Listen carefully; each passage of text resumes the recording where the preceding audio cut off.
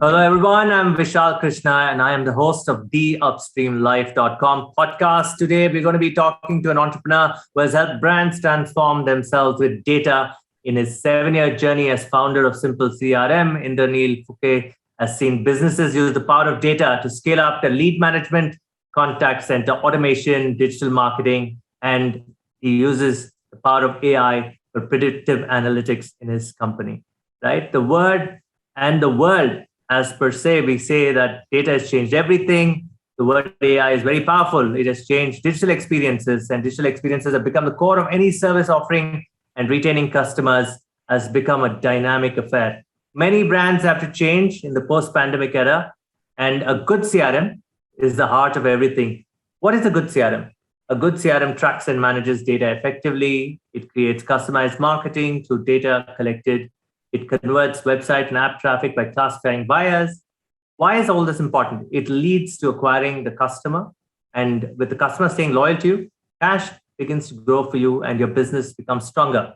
By the way, a little bit about my guest today. Indranil is a graduate of IMA. He studied engineering at the Pennsylvania State University and the Visvesvaraya Institute of Technology. Before I get on with this interview and this interesting talk on AI and customer retention, I want to talk about my sponsors. My sponsors are Bonamia Coffee, a gourmet coffee brand that allows you to be your own barista. Bonamia's coffee is a great way to kickstart any meeting, and it helps you through the busy work week. Hello, Indranil. How are you? Hi, Vishal. I'm good. Thank you for having me here today. No, it's interesting. I've covered retail for 20 years, and retailers always talk about customer retention. And in a dynamic digital world, everything has changed, and that's where CRM is central to everything. And it's gone ERP plus, and the world has changed as we know it. So, but before that, I want to talk about the past story, the backstory, and how all this began. You've been a veteran of the SaaS industry, right? But things have changed so rapidly. Let's talk about how it's going to change in the future, and let's talk about Simple's journey in this ecosystem of SaaS, right? And what is interesting for me is while you talk about your early days in SaaS, how did SaaS itself focus on customer retention? Go on. Most of my 2 decades of experience is in enterprise software. So by enterprise software, I mean your ERP solutions, CRM, human resource management solutions, vendor management systems, and others. And since last several years, maybe 8 to 10 years, CRM constitutes the largest and the fastest growing segment of enterprise software space. So today, if you look at organizations in any industry are evolving tremendously in how they interact and manage their customers. And the customers themselves are evolving rapidly in terms of their needs. Since CRM is supposed to help businesses, CRM too has evolved and continues to do so. So when I talk about, or when we talk about CRM, we have to keep in mind the 3 core pillars of CRM. Which are your marketing automation, sales automation, and service automation. Now, over the last 5 to 6 years, if you look at the marketing automation, it has evolved from being simple email campaigns to now social media campaigns, intelligent segmentation, anonymous visitor tracking and engagement, and many other things. On the sales automation side, the sales automation itself has evolved beyond a simple lead and opportunity management to smart systems that do product recommendations, engaging the customers across multiple channels, detecting key customer account events or live events from social media, and alerting the account manager, and other things, other aspects as well. Now, if you look at the service automation part of CRM, that also has undergone a significant transformation. So let's say maybe 7 to 8 years ago, service automation meant call center CRM really. And today it means omni-channel service management, where the customer interactions across the channels like your calls, emails, chatbots, WhatsApp, Facebook, Instagram, Twitter, all of that is actually consolidated, captured in one place. And the customer service reps are fully aware of customer interactions even before they interact with them. The single point of truth, right, that you talked about, is it going to get better in the next 3-4 years? It's very interesting. Oh, right? yes. Yes. Oh, absolutely, absolutely. And the way it's going to get better is because of the advent of artificial intelligence and machine learning, to be precise, right? So going forward, obviously, AI is going to play a very big part of how SaaS products in general and CRM in particular is going to evolve. So, for example, you have your product recommenders, intelligent customer cohort analysis there, which can help you detect your cross-sell and upsell opportunities, identifying customer sentiments, and then trying to use that information to increase the customer retention and customer loyalty. So, yeah, in next maybe 3 to 5 years are going to be very, very exciting as the use of AI increases in pretty much all the sectors and technology solutions. Okay, 2014. Did you know all this would happen? What? Let's talk about the early days of you, right? I mean, you had just spent about say, 10 years in the US. You'd finished your IMA. You graduated from there. You went to enterprise SaaS, like you said. Starting simple CRM. What is the genesis of the idea? What I mean, the single point of truth that we talk about, right? Is it's a very important concept because dynamically, let's look at automobile retail banking. It was all broken experiences at that point of time, right? In fact, there's a big joke, right? Before 9/11, for example, the CIA and the FBI did not have a central database where they could, communicate data with each other. That's very interesting, Yeah. right? They could find out incidences and patterns. I think same was with our organization, right? Each department was broken. The unified truth wasn't there. Was that the genesis of the idea? Yeah, so that is true. Like as you're saying, right? If you are looking at, let's say, 8 to 10 years ago, the information was siloed in many different systems and different databases for a customer.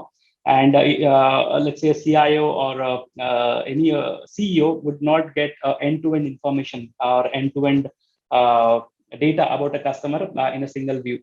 And like if you fast forward it to today, so especially when we are implementing this simple CRM at many of our banking and insurance customers, the CRM is tightly integrated with the rest of the IT ecosystem that exists there.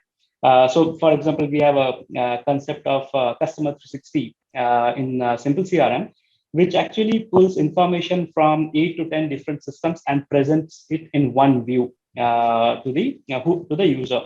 So, if I have to take a let's say a banking organization, right? The customer 360 there will actually show you information, even like let's say a customer calls the call center, right? A 360-degree view pops in front of the call center representative. It tells, okay, what are the different calls this customer has done in past? What are the cases or tickets this customer has raised in past? What are the sentiments of interactions with this customer? What are the ATM transactions that he has done recently? What are the debit card or credit card transactions he has done? What products of like in a bank? Okay, he has maybe current account, saving account. Has he applied for any loan? So all that information is actually which resides in multiple systems. All of that is consolidated and aggregated into one single view for that representative. So yeah, certainly. I mean, starting with siloed data, and you have to go through multiple systems to get access to different information. Now, all of that is actually available in a single place. Okay.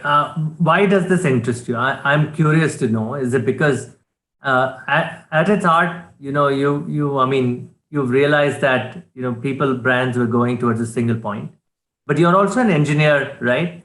What about customer retention interested you? I'm very curious to know why choose this field, because you know that there are many people who try to do the CRM. And why do this? I'll come down to even bigger things because you're a startup that's based out of Nagpur, which is even more interesting. And for you to come back from the USA, work in enterprise SaaS, then go back to Nagpur and set this whole thing up, right? I'd want to understand why do you want to do this? I think the simplest answer is I find it very interesting and in line with most of my experience in my career. And the CRM space, right? So enterprise software space, I love enterprise software space in terms of its complexity and what kind of business value it can deliver to businesses. And CRM in particular, because if you look at CRM, right, on one hand, it allows you to it helps organizations increase their revenue by generating more leads or helping generate more leads by helping convert more leads to customers, okay, thereby increasing your revenue. And on the other side of the things, it also helps in productivity enhancements, okay, making the processes more efficient. And it also helps in customer retention, okay, the other side. So it essentially, a good implemented CRM, right? It essentially helps organization increase the revenue and reduce cost and thereby increase the profit. So this aspect of CRM appeals to me, and the kind of benefit it can help deliver to the customers. Now, if you look at, as we were talking earlier also, right, the CRM space has evolved. And especially at Simple CRM, or let's say especially me, we take a little more holistic view of what a CRM means, right? So I see Simple CRM as a customer engagement platform, okay, which is more than a traditional CRM, a customer engagement platform that powers the digital transformation of organizations by digitizing, decoding, and delivering on all aspects of your customer journey. So it could be from your prospecting to customer onboarding to account management to servicing to retention. So all of that actually can be delivered through your customer engagement management or a CRM platform. And that's the belief, right? And I like the fact that a lot of your customers are Indian, right? What does digital transformation mean to you? Because it means so many things to many people. What is your sweet spot in terms of saying, okay, I want to work with micro, not micro, perhaps medium and small sized enterprises and larger enterprises? What should digital transformation mean to a lot of these young second or third generation directors, founders, and promoters of these companies? Why should they embrace this change? I remember 20 years ago, there was a rush to implement ERPs. And you had an ERP, you could go raise money from a bank saying that you're a professional organization. But again, the single point of view of data and the dynamic use of data never existed. That's where the CRM comes in, right? So how do you recommend these founders, or let's say these promoters, to go about digital transformation in this post-pandemic era? It's a very important question I ask because I know the US transformation, they're already digital, they're fast, but I would love to hear the India story. You're right. In the Western countries, US and UK, the most of the organizations are maybe on their fourth generation or fifth generation CRM solutions or any enterprise software solutions, right? But in Indian market has also, India and Southeast Asia, it has also picked up on this digital transformation journey maybe 3 or 4 years ago. Okay, and if you're asking why, right? Why somebody should embark on this digital transformation journey? So there are many advantages. I'll talk from the perspective of the customer engagement management. Okay, there are many aspects to it, but I'll restrict myself from that perspective. So, for example, if you look at why go for, let's say, digital marketing platforms, right, which are part of CRM, because the digital marketing platform, they allow for smart targeting of your prospects and customers and results in higher customer engagements. Now, this is required by any business, right? You do want to engage your customers better, and you want to get in touch with more customers. So this is what, let's say, a good digital marketing platform actually helps you with. If you look at the sales automation modules, then like these days, you have this AI-powered lead scoring and product recommendation engines, which can significantly boost your sales performance across the channels. Okay, now which customer, okay, which organization, small, medium, or large enterprise does not want to boost their sales performance, right? So that's the value that the sales automation modules actually deliver. Then these days, especially with this COVID and the pandemic situation, many of the banks are increasingly adopting the smart eKYC, video KYC, or the chatbot solutions, which allows for contactless customer onboarding and servicing, which is again a huge win in this kind of today's kind of a situation where you don't really want to meet the customer, yet you want to onboard them and deliver the best possible service that you can. And then again, if you extend that to your support automation, right? So the support automation, engaging the customers across multiple channels, okay, listening to their sentiments, listening to their voice, and resolving their problems. It helps provide the customers a superior, consistent experience across multiple channels. So that again goes a long way in the towards the customer retention. That's a great way to explain the advantages. I want you to also touch upon most of the promoters, right? They also act as they probably have some senior IT person sitting with them. And I'm talking only from the Indian perspective here because the sell in India is very different compared to the US, right? So how do you typically get the value that you talk about is in money terms, rupee terms, saying if you invest a few lakhs in the CRM, this is the ROI that you would see based on your current market conditions, the way you're investing on the product. Is that what you promised them? Is that what they like to hear? What is the typical selling process like here, the closure process like, and do you go meet all these founders yourself, or is there a way to actually train senior salespeople to go crack the Indian ecosystem? Because I hear that there are 25 million SMBs, large, small, right? It's a great opportunity, but I hear only about one third of them are, and not less than one third of them are digitized. So it's a phenomenal place to be in our country, and also the payment side, right? How do you recover money? Is something that I'd love to hear from you. Yeah, sure. All good questions, right? But let me say this, right? It's not only the SMBs, like you said, only 25% are have started a digital journey. So that's definitely true. But even if you look at the medium size enterprises and also some of the large enterprises, I would say 50% of them have not really started on their digital journey, at least on the CRM side, in any meaningful way. So there is a lot of greenfield opportunity really in India for these kind of solutions. Okay, I'll also like to clarify that most of our focus area of focus, right, our target market, it remains the banking, financial services, and insurance domain in India and Southeast Asia. So, of course, we do have this some of the fastest growing SMEs as our customers as well. But most of our selling actually happens to the financial services sector. Yeah, Now, in the financial services, even in the financial services, there are small businesses, I'm sure. True. You're right. So yeah, you're right. So the selling process, especially from the CRM perspective, right? Like for example, ERP, right? ERP actually touches your back office, so to speak, right? It's more of a pitch to the CIO, how you are going to make things more efficient and how you are probably going to meet the regulatory requirements. On the CRM side, CRM is actually a front-facing application, right? Because it captures all the customer touch points. So yes, the selling process does take into account, or like when we talk to the customers, founders, or CIOs or CXOs. So we will make a value proposition. Okay, the return on investment is one of the important metric that can be tracked. In how much time you can actually recover your CRM cost. Okay, so that's one of the metrics. Obviously, this another important metric is the opportunity cost. Okay. What happens if you continue doing the same what you are doing without, let's say, good CRM platform for another year?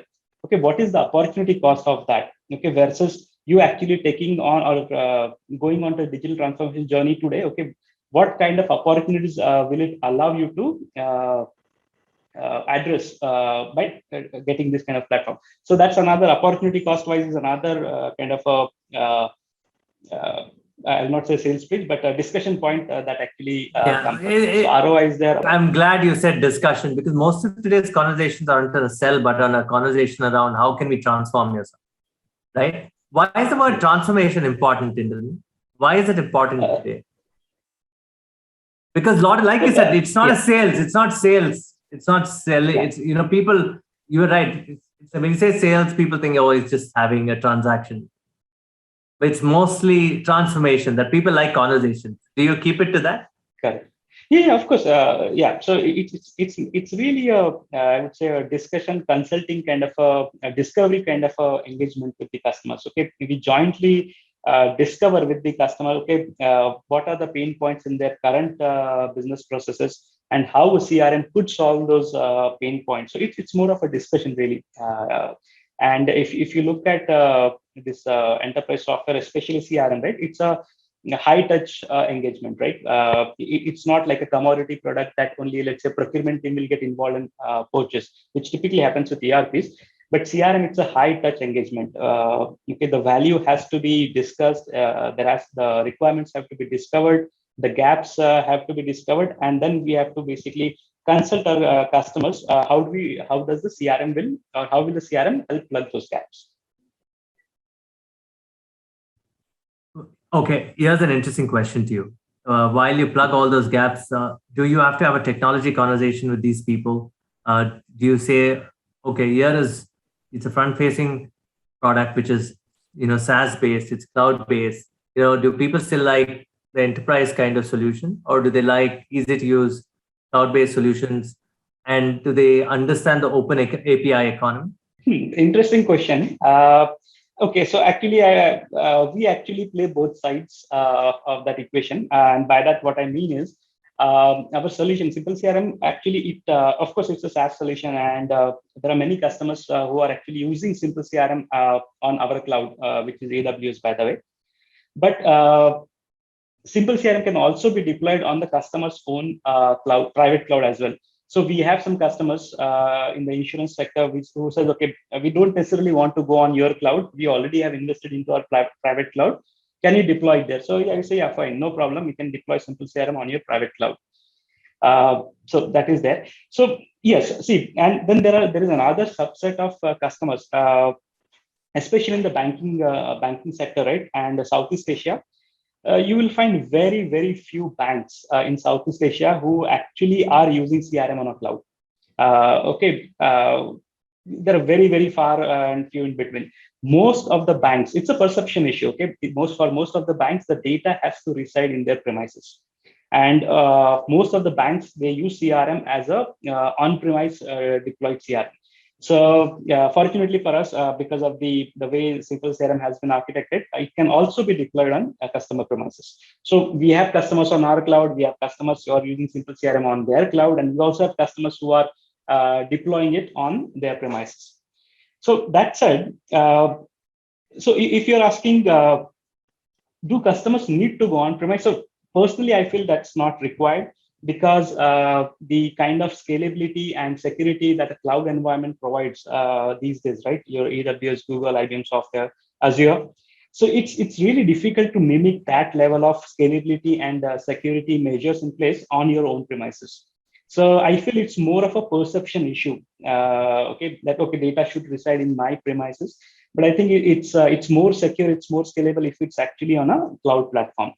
The only exception being the banking sector, because in certain geographies, there may be regulatory requirements that the data cannot go outside your country. The data actually has to reside in your country. And that's why if you are like some of the large SaaS CRM players, right, the data actually doesn't reside in India, for example. It resides in, let's say, Europe or US or wherever. So that in that case, it becomes a little bit of a problem. But by and large, yes, cloud deployment is the way to go. Okay. In your case, when you set up Simple, I wanted to understand if you had to bring in a lot of regulatory experts, because you focus on banking as a sector, financial services. Yes. How do you, as a founder at that point of time, realize that, 7 years, if you look at the digital journey of India, lots of regulation. Sometimes regulations don't keep up with, the way you guys are innovating, right? How did you manage as a founder to also generate revenues, also to keep in touch with compliance and changing laws? To some extent, I guess we were a little bit fortunate, because the first customer that we started with back in 2014 was HSBC Invest Direct. So our product actually evolved quite a bit when we were implementing it for HSBC Invest Direct, and we got to learn more about what kind of compliances are required, what kind of security considerations have to be there in the product, what kind of certifications are required. So that was a pretty good experience for us. And after the success of HSBC Invest Direct, we got many customers again from the banking and insurance sector, and we constantly got exposed to the requirements of this sector. So the solution was also slowly evolved to take these aspects, and these are actually baked into the product. So for example, we got the ISO certification for 27,000 certification long time ago, because we were dealing with banking and insurance, and they required the vendors to have that kind of certification. Then a lot of our implementations where we have done for banks and insurance companies, they hired third-party auditors to do a vulnerability assessment on our solution. And whatever was actually found, those again were fixed and then again baseline into the main product. So we have gone through this process over and over again in the last several years, and by now the security, scalability, compliance, these considerations kind of are baked into our product roadmap. So right now it's not much of a challenge for us, because the platform itself has evolved like that. I got it. So as a founder, you're saying that you've got to evolve with your customers. You got to listen, architect, architect. Okay. Yes. That's interesting. Okay. Would you say that while you're doing this as a founder, how many things can you do? There's this whole thing about the last 7 years has been about valuation, fundraise, the consumer industry raising tons of money. You're in the B2B industry. You see some B2B unicorns like Zoho, Freshworks, of course, right? And a couple of more, obviously, Zenoti and all of them. How have you played your game? I'm interested in knowing that aspect of life, because today they say that, okay, if you've created X value of revenue, you're already fundraising. You raise a round and you're again constantly raising. As a founder, you're constantly doing that. How did you guys do it? What was your fundraising journey like? And are you still bootstrapped? Are you looking to raise more? Or in the SaaS business, they also say that if you're generating cash, that's enough. That's what Sridhar Vembu keeps saying, right? He's bootstrapped. So I think Zoho and Mr. Vembu is one of the very, very few entrepreneurs who have actually bootstrapped his business to the scale. On the Simple CRM side, so we are pretty proud that we are a bootstrap and a profitable startup. And we have been profitable from the first year of our operations, and we have been profitable since then. So we have not raised external VC funding as of now, because the company generates sufficient cash from the operations to sustain and grow at a comfortable pace.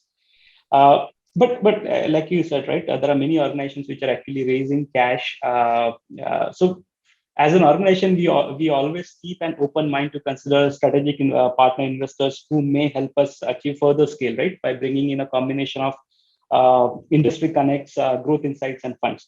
So we are open to that, but as of now, we are a profitable bootstrap startup. I like this. Indranil, I want you to talk about this further. How do you manage it? I mean, when the entire industry is about media, press releases, funding, celebration of that, right? How did you stay you yourself are from America. I think you were there for more than a decade, yes. and you know how it works. So it's almost like saying today, I'm not saying this about you, but generally, if you don't raise money from anybody today, people say, hey, what are you doing? It's very difficult to get talent also. But it's also important for those of you watching this, that if there's a bootstrap company generating cash, you're happier to work with them, because they may never throw you out. They may actually ask you to work. They may build an institution for you that lasts longer. But your thoughts, how tough are the 7 years out, learnings and, talking to different people? How have you even said to you and yourself and your founders, how have you managed this entire community of investors coming to you or not coming?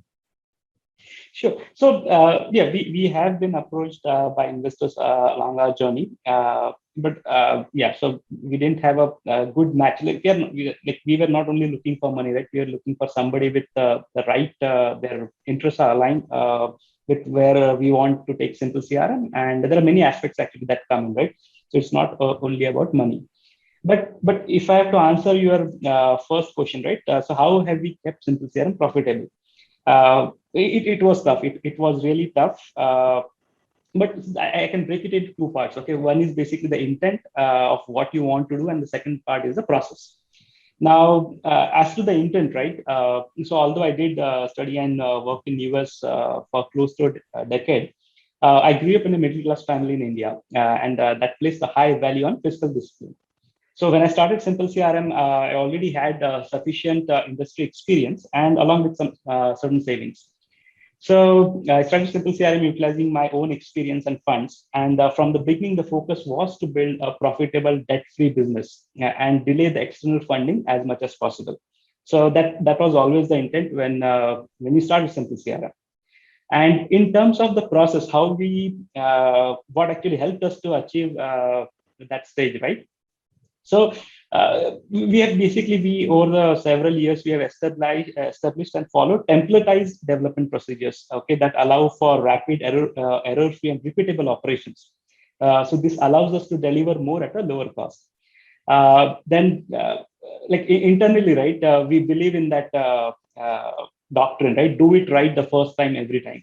So this ensures we don't waste much time on rework and damage control. And another aspect is we leverage open source software where it makes sense, okay, as well as we have developed strong in-house software frameworks. So this helps us to have 100% control over the product upgrades, maintenance costs, and quality without any external dependencies or license fees or expenses. Okay, and lastly, we have optimized the cost structure by investing more on key areas like resource building and security infrastructure. But at the same time, we practice frugality on most other overhead costs. Yeah, great answer. I like this answer because you talked about those two parts, very essential. Where to from here? Next 5 years, where are you going to take Simple CRM? We are going to go talk about the enterprise sales next week because we haven't covered that topic. But I want to talk about you personally. Where do you want to take this? Is it because the IPO norms are now, eased a bit? You can go IPO because you're a profitable company. Would you want to IPO in India?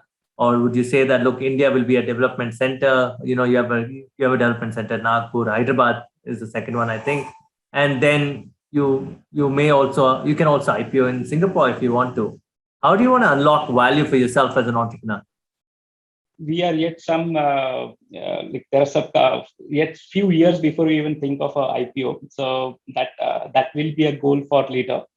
So right now we are okay. So right now like I said, we are growing profitably, but we may consider some investors if the interests are aligned and they would like to scale Simple CRM in the direction that we want to.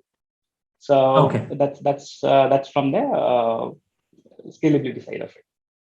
Okay, great. What about the SaaS industry has grown rapidly from India? Is there a particular reason for this? Is it because of I know everyone claims that started out of Chennai, but it was a movement that started out of Chennai for sure. Do you think that SaaS is the way forward? There are a lot of reports that keep saying that in another 10 years, the SaaS industry from India can generate a value of 15 billion or more. Right, and there can be several billion-dollar companies from SaaS in India. Is that something that you think is possible for India, or why is the world looking towards India? Is it some people say it is software that is frugal? Some people say it's because of founders' belief in creating long-term organizations, right? Or is it because of the market itself, where SaaS companies are looking at Southeast Asia rather than America itself, or is it a combination of all these? So yeah, I would think it's a combination of a lot of these things. And you talked about let's say 10 years from now, the SaaS companies from India will be valued 15 billion. Actually, they're already now, I think. So for example, okay, if you consider let's say Zoho, okay, it's a competitor. Freshdesk, okay, it's a competitor. But if you look at these organizations, right, which started, I don't know, maybe 15 to 20 years ago, and you consider other startups like Simple CRM and all that, I think today, even today, easily it's $15 billion okay, interesting. Valuation with the companies that are actually doing SaaS in India. Now, how it is, why India is actually able to deliver on the SaaS businesses is because of the very easy availability of high-speed internet, very cheap infrastructure, right, through AWS, Azure, or Google, or whatever. Those barriers have actually come down. Okay, the friction where you do not have high computing resources easily available, you do not have high bandwidth. So that friction has actually gone away. And Indians were always smart, right? There are tons and tons of smart freshers or engineers that come out every year. So they are able to apply all their talent and learnings uh, to the SaaS businesses, and the friction has reduced. I think that's contributing quite a bit to that. So you're saying it's no longer a dearth of talent which has to be trained. There's a readily available talent that can get to speed in a couple of months. Yes. Yeah. Okay. I would not say that. Okay. I would not say there is a dearth of talent. There is actually. I mean, if you look at it, Vishal, right now there is a huge talent war going on. So the talent available right now is much lesser than what the demand is. But again, India, because of its demographic dividend, right? Most of the people, I think 60-70% of the people are probably younger than 28 or 30, right? So there's a big population of young individuals, who have graduated from different engineering colleges. So the raw pool is there, and that can be trained into very productive talent. Let's say in the 4 or 5 or 6 months of training. So where do you hire from? Mostly Nagpur region, Pune region. It's interesting that you're based in Nagpur by itself. What are the type of hires that you get? Currently, so traditionally our development centers, so to speak, right, our offices, pre-pandemic, they were in Nagpur, Hyderabad, Bangalore, and Colombo, Sri Lanka. Now, about 40 to 50% of our team is from Nagpur, because Nagpur is my hometown, and that's where I operate from. But if you look at the last maybe 1.5 years, if somebody asks me, okay, where are your development centers? So I basically say, well, the employees' homes are our current development centers, because pretty much everybody is working from home. Now, because of that, the hiring strategy has also changed.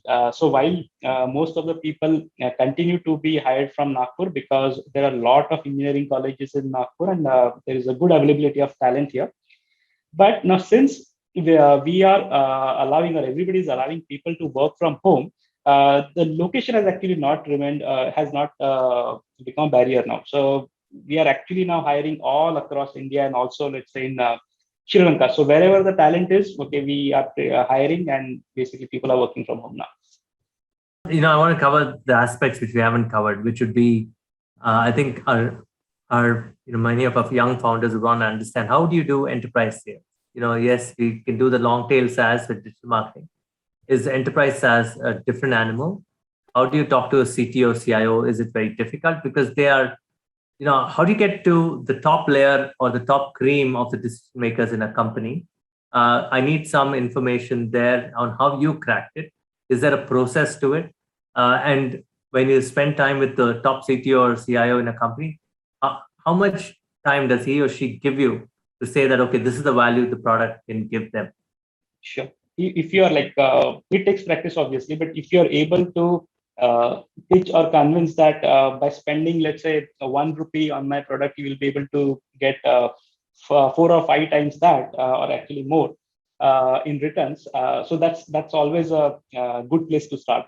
So for that, your value proposition has to be spot on for that particular industry.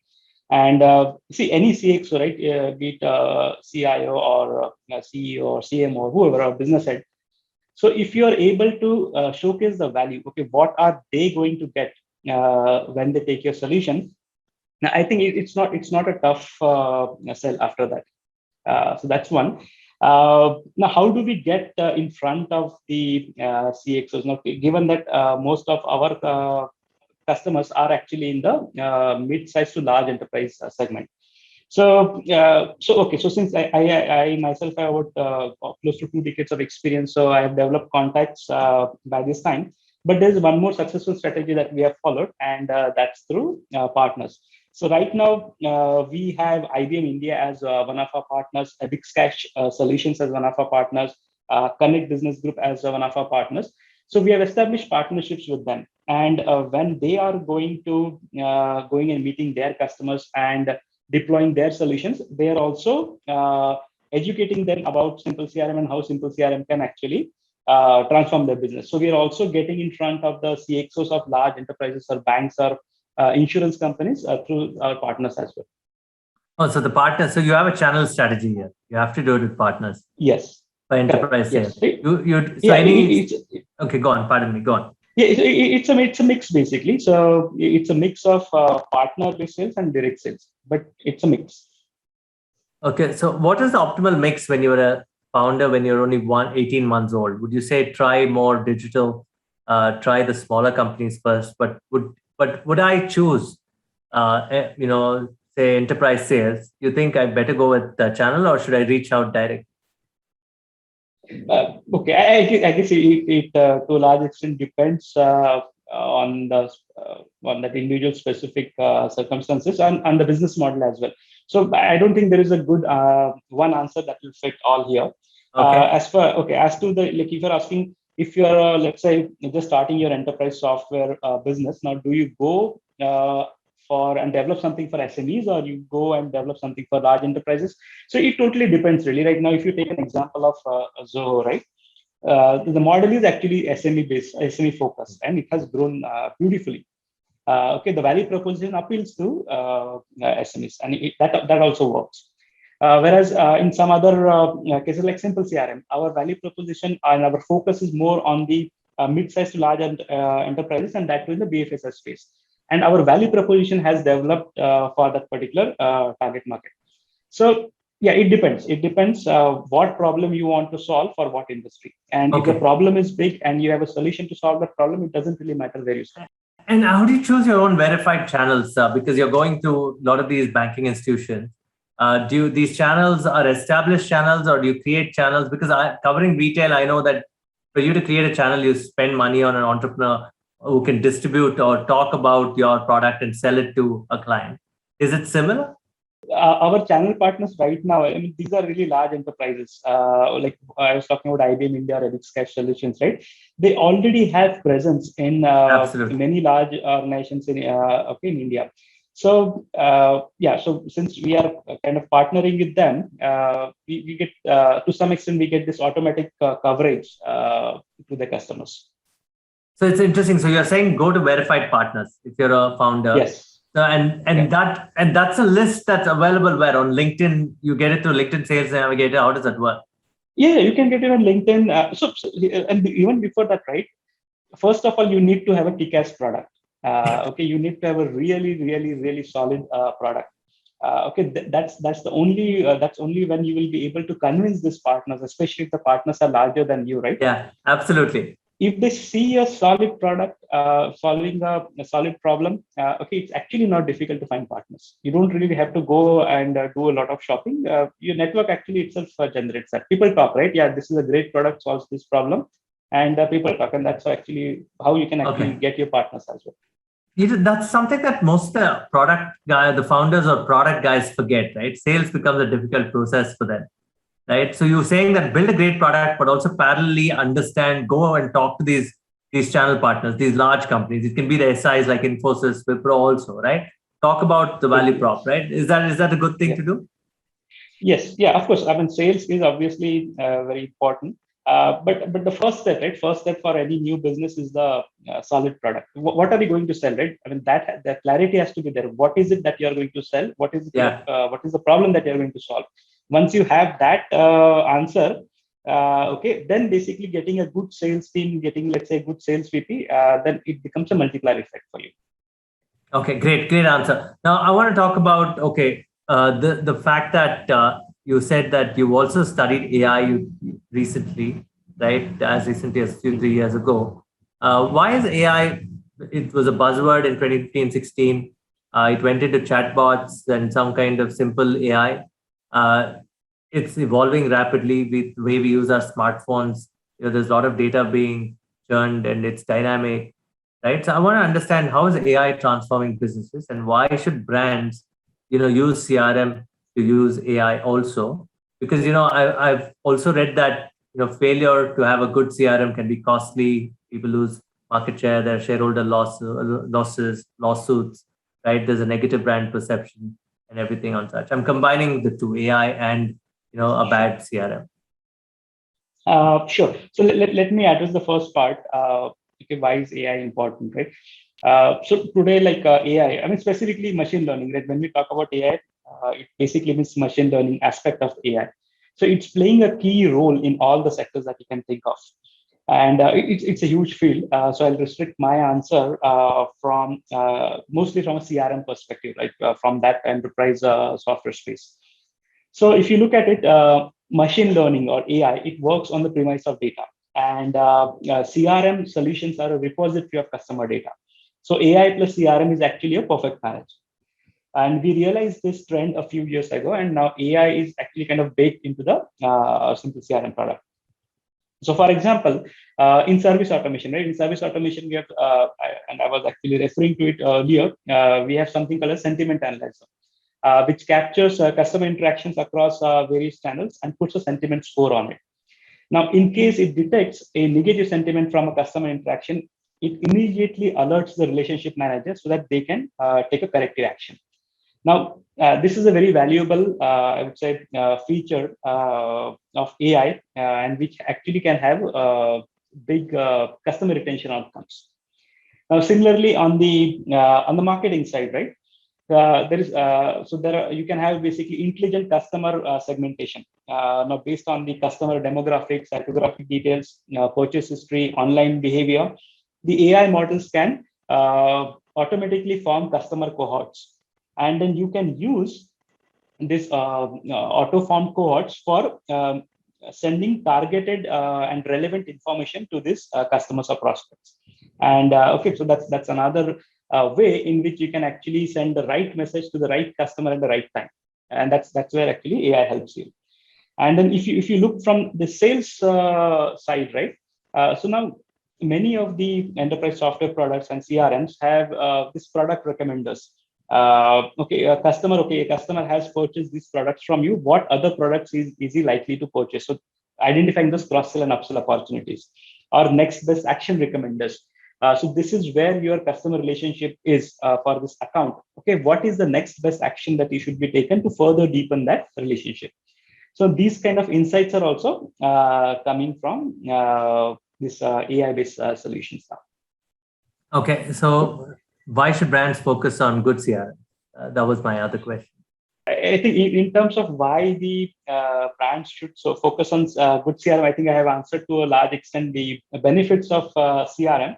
Let me actually answer the other question that you were talking about, right? Or let me talk about another important aspect where CRM implementation can actually cause problems. So CRM, obviously CRM has lots of advantages, but then you also have to be a little bit careful when you go with CRM implementation, because it touches your core business areas, like your sales. How do you close or how do you generate leads? How do you convert those leads to customers, and how do you service and retain the customers? So a CRM solution touches the core aspects of the business. So the implementation, you have to be careful, and there are certain pitfalls or challenges that I would like to mention, and that people should be aware of. So I can actually segregate the CRM implementation challenges into three parts. One is the people challenge, technology challenge, and business process challenge. When you talk about the people challenge, the one of the biggest ones is lack of senior management sponsorship. So by that, I mean, let's say CRM initiative in an organization, if it's driven solely by the IT, by the CIO or the CTO, without a buy-in from the VP sales or CMOs or CEO, okay, so that's one of the big problems because of the lack of senior management sponsorship, because the adoption actually suffers. After the CRM is, you have spent on the CRM, you have implemented CRM, but nobody is using it, okay? So then your whole point is actually defeated there. So you need to have internal CRM champions from executive management, from the business side. That's one. Another one, which many organizations actually make this mistake, is expecting too much too soon, kind of boiling the ocean, right? It doesn't work. So if you're trying to accomplish all your CRM objectives in the initial launch, that's a recipe for disaster, because CRM is also a change management process. So typically we tell people, okay, you have to actually think big, yes, how CRM can transform your business, but then you start small and then you move fast, get quick early wins, and then you basically build your strategy based on it. Another one big aspect is the underestimating the change management. So as I was saying, right, adopting CRM technology is only maybe half the story here. The other half of the story is getting your people, okay, to use the CRM, because CRM changes status quo, and people do not want to change what they have been doing. Okay, so there is in many larger deployments we see there is active resistance, okay, due to the perceived threat from the CRM, and there has to be a lot of training and involvement of CRM users to kind of mitigate that challenge. Go on. I mean, love this knowledge. It's very thoughtful to have heard all this. Go on. You said there's one more, right? Go on. So yeah, so I was just talking about a people-related challenge, right? And then the second category is your technology-related challenges. Okay, so these are typically easier to address. The people-related challenges are actually difficult to or more difficult to address because that requires change management. Okay, now on the technology side, okay, the lack of a CRM product fit, right? If you're selecting a product, a CRM product, okay, maybe it solves your current needs, but is it flexible enough? Is it configurable enough that it will keep meeting your changing and growing needs, right? So that consideration has to be there when you select a CRM product. I'll just talk about maybe one more on the technology side, the integration related issues, right? Now, like I said, CRM is not okay, CRM doesn't work by itself, right? It sits in your IT ecosystem. So when you're actually putting the CRM in your ecosystem and you're pulling information and integrating with so many systems, so that has to be thought through carefully. Okay, that kind of due diligence has to be done right at the discovery stage, so that you don't kind of get into this got use kind of thing, right? And on the third last category is the process related challenges. Now, process related challenges would be, let's say, your data challenges. Now, what I mean by that is when you go with a new CRM solution, it could be that it's the first time you're going for a new CRM solution, or it could be that you have some kind of homegrown solution. Now you're actually migrating to a proper CRM solution. So in either case, you have to move your existing data into the new system. Okay, and a lot of times what we find that organizations which have operated for more than, let's say, a decade or so, right, they have a lot of junk data and bad data. So moving this data into a new system, okay, that can become a challenge. And again, that is something that has to be thought through and discussed or analyzed at the beginning of the CRM project itself, because otherwise it's a pretty costly mistake that your data is not ready when the CRM system is ready. And this is like, I'm glad nobody's explained this as beautifully as you in my 15, 17-year-old career of covering retail as such, right? I mean, I think people watching this will probably understand that these are the 3-4 challenges that they have to keep in mind before integrating CRMs. And yes, and the point is not to keep it academic. The point is that this is how you have to look at it. Do you help people who have, for example, a lot of the D2C brands, a lot of say new age banks, they don't understand. They're great at technology. They suddenly understand that say a neobank that gives credit cards, for example. Suddenly there are millions of customers, and the CRM, they often the service is great, but the post sale service is bad, right? So you need a CRM there. Otherwise, do you work with them? Do you consult with these people? Yes. Yeah. We do actually, and you're absolutely right. Okay, CRM is most definitely needed in such cases. But I'll also say, okay, the neobanks, the founders and the new age CIOs and CTOs, that's a smart bunch of people actually. So to lot of times it's not a question of why CRM. Okay, to a large extent they do understand why do they need a CRM. Okay, so what we basically typically directly go into why simple CRM. Unlike some of the other sectors, non-BFSI sectors, so we basically start first with why CRM. Okay, why do you need a CRM? And once we complete that step, then okay, why do you need simple CRM?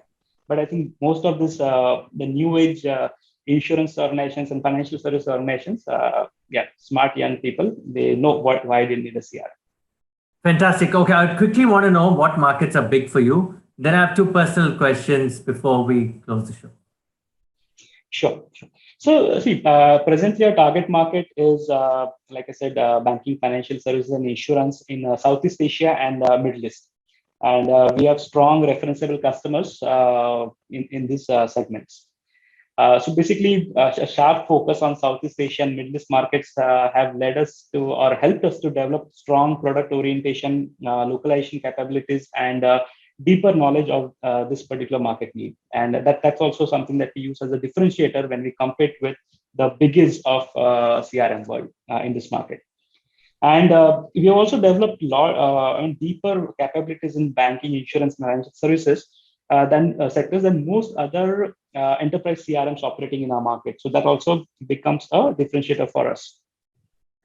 So that said, we also are implementing CRM solution for other sectors like retail, education, manufacturing, and in fact, we also have a casino in Sri Lanka, which is using Simple CRM. Nice, nice. I mean, it's interesting to know that you've grown so much. You yourself, would you say that the Indranil of 1998 and 2008 and 2021 would be very different? I mean, or is it the same person who's just constantly kept learning?